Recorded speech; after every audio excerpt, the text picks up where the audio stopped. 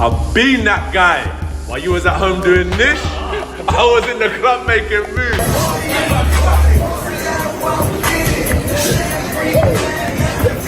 Paul, if this is not going to be, curated into a little dance around exhibition, could find himself in a way of getting seriously hurt here, like Francis Ngannou did. Francis Ngannou was an MMA fighter that got blasted out by Anthony Joshua. Anthony Joshua has finally spoken out after Jake Paul's newest training footage sent shockwaves through social media, with fans breaking down every slow-motion punch, combination, and power shot from Paul's latest camp video.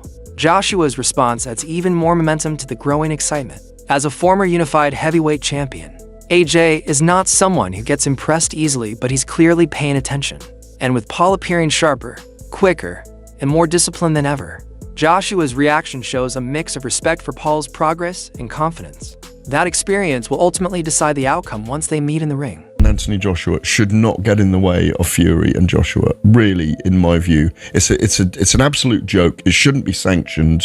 I really don't believe it should be sanctioned. I have a sneaking suspicion that it would be a very big fight.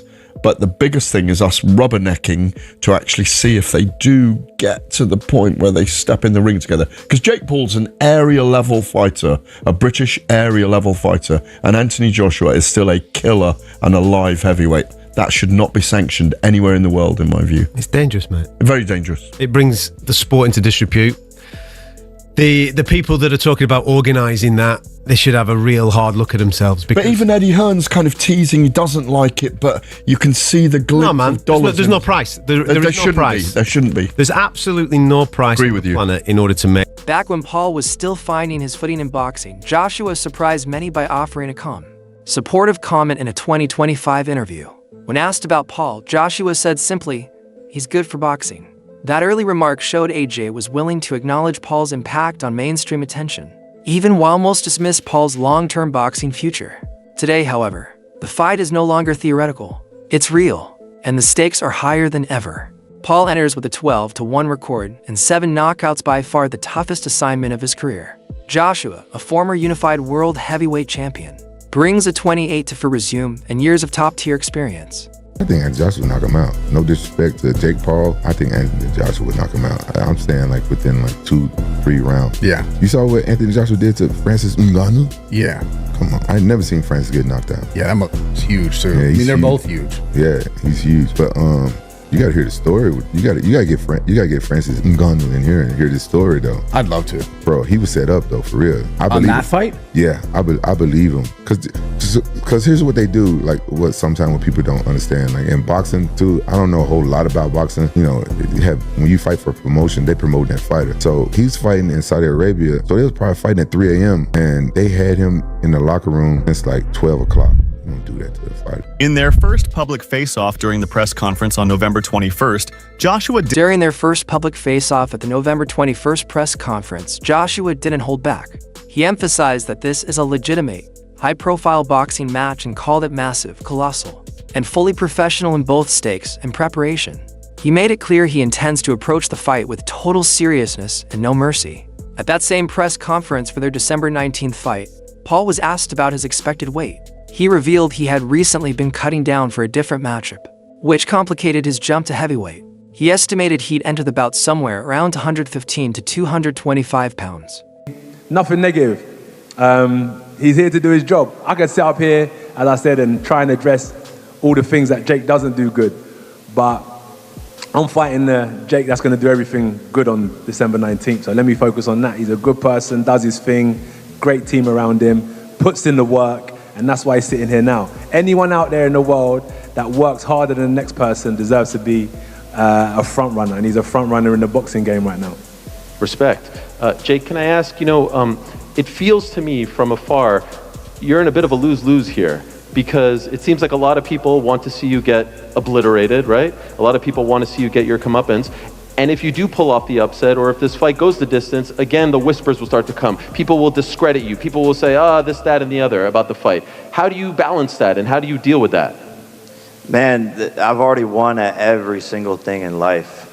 I'm playing on house money. I've accomplished all my dreams, said everything I was going to do, from becoming, the first influencer to become an actor on Disney, to becoming the biggest YouTuber in the world, to rising to the top of boxing and having the largest viewed fight in the history of the sport. I've accomplished everything, so this is a win-win and another challenge for myself. I've never been knocked down or knocked out even in sparring, but I'm in a sport where that happens, and I know this is dangerous, but this is no different than a soccer player, losing in the World Cup on the biggest stage. If that's how it goes, if I take one of those punches that Francis Ngannou took and I'm on the canvas, let's see how tough I am. Let's see if I can get back up. But I'm ready for that. I'm prepared for that mentally, and I know that he has to deal with me as well. This is not as one-sided fight as people think, and I have power. I have the ability to put people to sleep, and so that's why I took this challenge. And I know it's crazy and all of that, but I'm excited. I'm genuinely excited. My team's excited, and everyone believes in me, and that's all that matters. How much do you expect to weigh on fight night? Man, I was cutting down for Gervonta, so it's been a little tough getting back up in some strength for this, but anywhere 215 to 225, we'll see. Okay, and I want to clear something up with you, AJ. I saw in the press release that it said that on weigh-in day, you can't weigh above 245, but post weigh-ins, you can weigh whatever you want. There's no rehydration clause or anything like that. Is that accurate? Whatever it says, yeah, I think that's the case. But my focus, 111 kilograms is what I got to weigh in at, right? I do kilograms, not Yeah, pounds. I don't know. You stumped me on that one. What is 111? Should I look it up? Paul has repeatedly insisted that this fight is his chance to silence every critic who said he only faces undersized or retired opponents. He argues that stepping in against Anthony Joshua, legitimate heavyweight, and former world champion, proves he's willing to challenge himself at the highest level. When I beat Joshua, every doubt disappears, Paul said. No one can deny me. Their clash will be a fully sanctioned professional heavyweight fight under the Marquis of Queensberry rules. It is scheduled for 8 rounds of 3 minutes each, with both fighters required to wear 10-ounce gloves. Joshua must not exceed 145 pounds at the official weigh-in, adding an important competitive restriction. Most importantly, the fight will count on both men's professional records. This is not an exhibition. It's as real as it gets. Boxer. They said, fight someone your size. They said, fight a world champion. We looked at a long list of supposed fighters for me to fight. The world. Make no mistake, this is the biggest fight of my career. I'm walking into the lion's den. I'm doing something that no one else has ever done before. I, Jake Joseph Paul, will knock out, defeat, and embarrass Anthony Joshua Friday, December 19th, live on Netflix. My voice cracked, I'm still going through puberty. The biggest fight of 2025, USA versus UK. He's got the belts, the size, the history, but I have the balls. Be careful what you wish for. Jake versus Joshua, Judgment Day. He has a 90% knockout ratio, but I have a 100% chance. While he warns that this may be too ambitious for Paul given the massive difference in experience and class, he doesn't completely dismiss the possibility of an upset. Atlas notes Joshua's recent knockout defeat and extended inactivity, suggesting that the psychological aftereffects of those moments, the ghost in the attic, might still linger. Although he acknowledges Joshua is the more skilled and harder hitter, Atlas says that part of the intrigue is seeing which version of AJ shows up. Ryan Garcia focused on the enormous consequences Paul could face if he loses. He stressed that Joshua's punching power should never be underestimated, and that defeat could damage Paul not just physically, but also professionally and publicly.